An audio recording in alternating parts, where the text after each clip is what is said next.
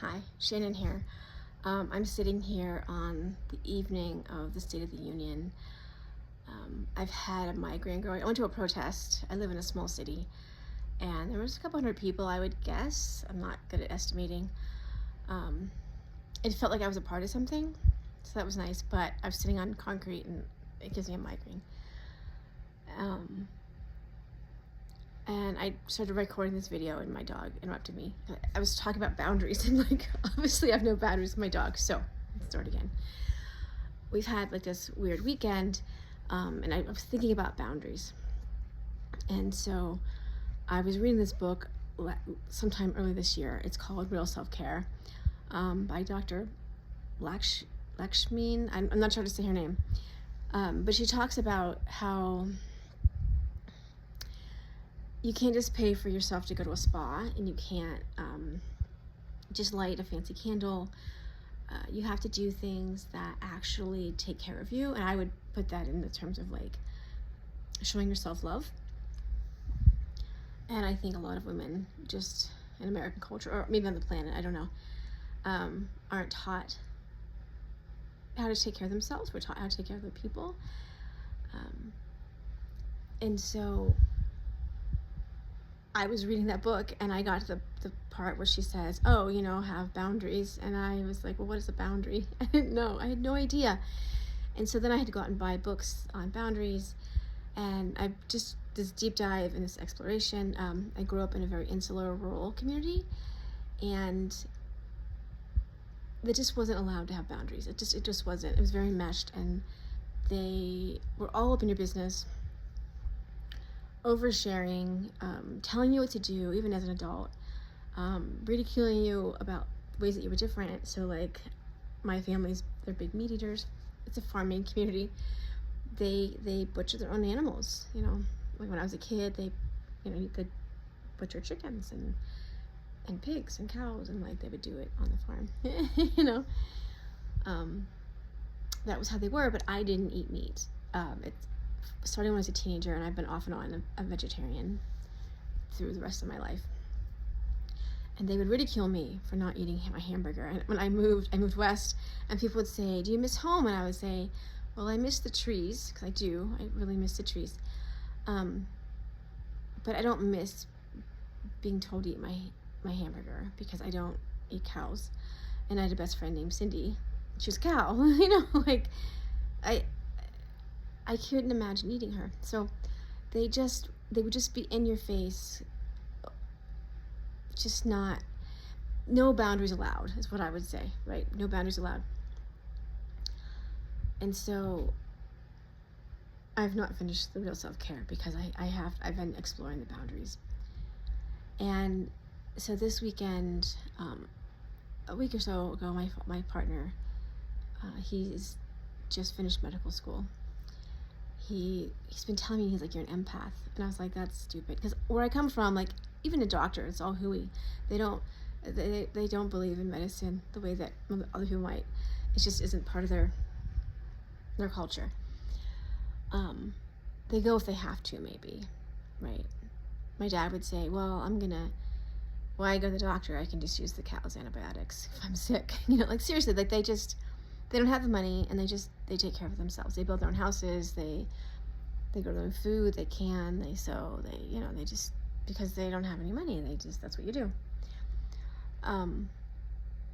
So when you say I'm an empath, I'm just like, oh, it's hooey. But I was reading that book, and then we had this really weird weekend where my son happened to be invited to 3 birthday parties, and it's with people we want to maybe develop family friendships and have park dates and stuff. So against our better judgment, we went to all 3, and it was a lot. And so I have pretty severe anxiety disorder, and I get anxious in crowds, just around people, more than a couple people. It's too much. My limbic system, that's the part of your brain right here, it controls all the things you don't think about doing, and this part up here controls what you're thinking, right? And so the part in the back, if you have too many things happen to you that might be considered trauma, earthquakes, car accidents, abuse, whatever, it causes the back of your brain to become hyper vigilant. But I've been hyper vigilant since I was a kid, growing up in that insular environment with people that were volatile, and like they absolutely loved me, 100% loved me. They still love me. I don't think they'd like me talking about my family for anybody to see, but like they do love me. I moved 27 hours away, hard boundary. So my husband's best friend, he's having some, I don't know what it is, if it's mental health, I don't know. And so David's mother, again, sweet woman, well-meaning, she calls, she doesn't have boundaries, she doesn't have emotional regulation, she struggles. And he doesn't say, they're enmeshed, he doesn't say to her, I can't talk now, Mom, I'm driving, you know. Well, she's telling him about the best friend, and apparently the guy had posted something on social media that was a little bit worrisome.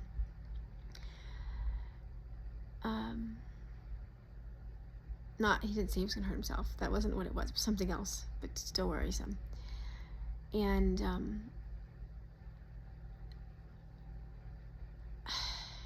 my husband just kind of loses it. Like he's just so upset. He can't get hold of the friend, and he's pacing around, and he's walking the neighborhood, you know, talking to people, trying to figure out what's going on with this guy. And so I can feel myself absorbing that. And which is exactly what, it's Dr.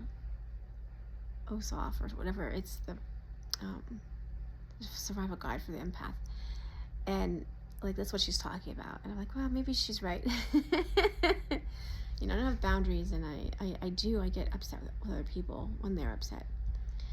And so I'm thinking about my mother-in-law, and her life story, like her mom died giving birth to her. And so when you're an infant, when they hold you, when they love you, they pat you, they, you know, rock you, they're basically, their limbic system, their nervous system is teaching your nervous system how to regulate. That's why it's so important to pick your baby up when it cries, right? Where I come from, they believe wholeheartedly that you let the baby cry it out. You don't pick it up because you'll spoil it, let's say. So they're basically training their babies to not know how to self-regulate.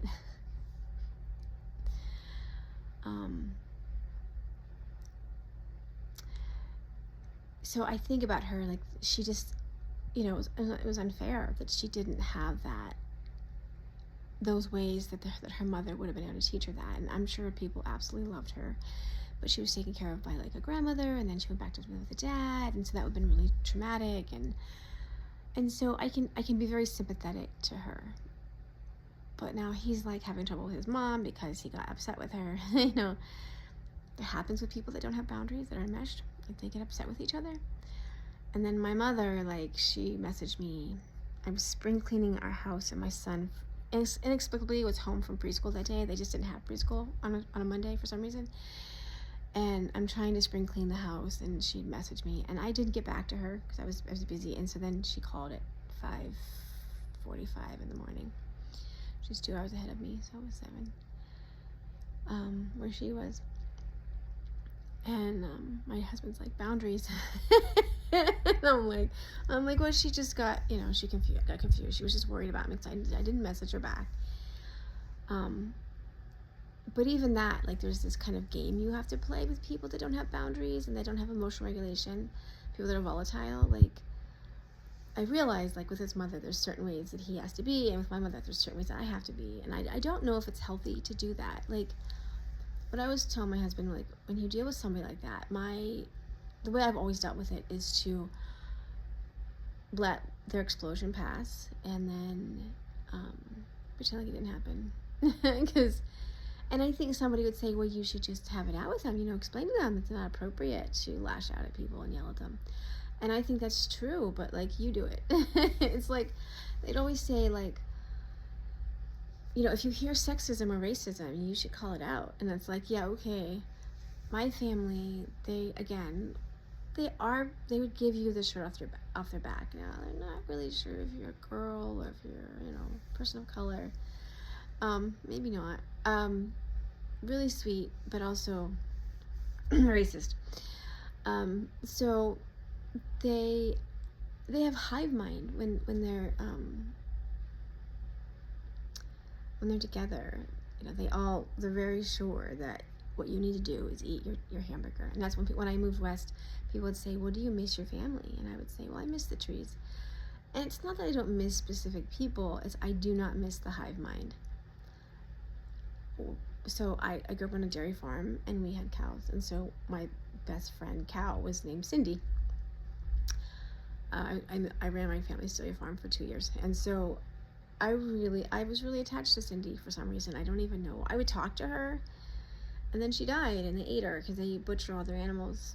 They butcher their chickens and their pigs and their cows, and they do it right there on the farm. They grow their own food. They build their own houses. They're very self-sufficient, and they don't see doctors. And so when I read about like the Hui or the empath, I'm like, oh, it's Hui. Like, that's what they think about doctors, right? So it's hard for me to like kind of parse out what things I actually think, what things actually come from them, as I learn what boundaries are and about self-control. And I'm living here during a coup, and I'm watching people on television at the State of the Union act like everything is normal, and I'm dealing with my mother and my mother-in-law, and I'm trying really hard to avoid any kind of volatility they might exhibit, while trying to figure out my own. And so I don't have an answer for what boundaries really should be for us. Don't call it 5 a.m. I guess the answer is don't answer the phone when you're driving. Even if it's your mother, just don't.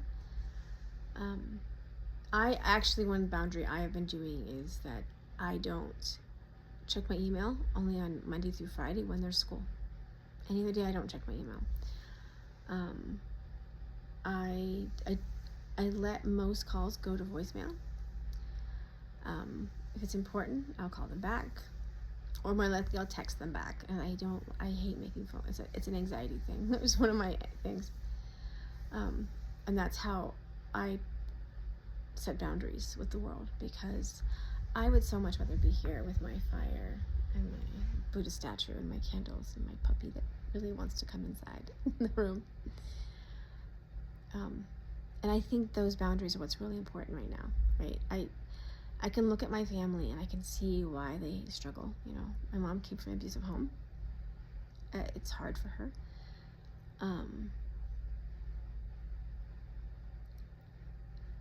I think you can sympathize and you can love them.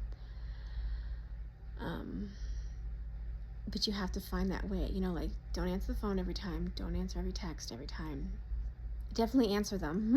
Like I said yesterday, I was just spring cleaning with a 5-year-old.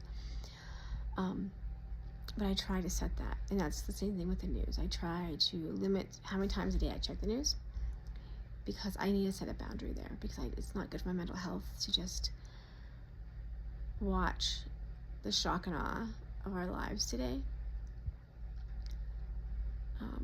So I hope that's what everybody else out there is doing, the 3 people that will watch this. I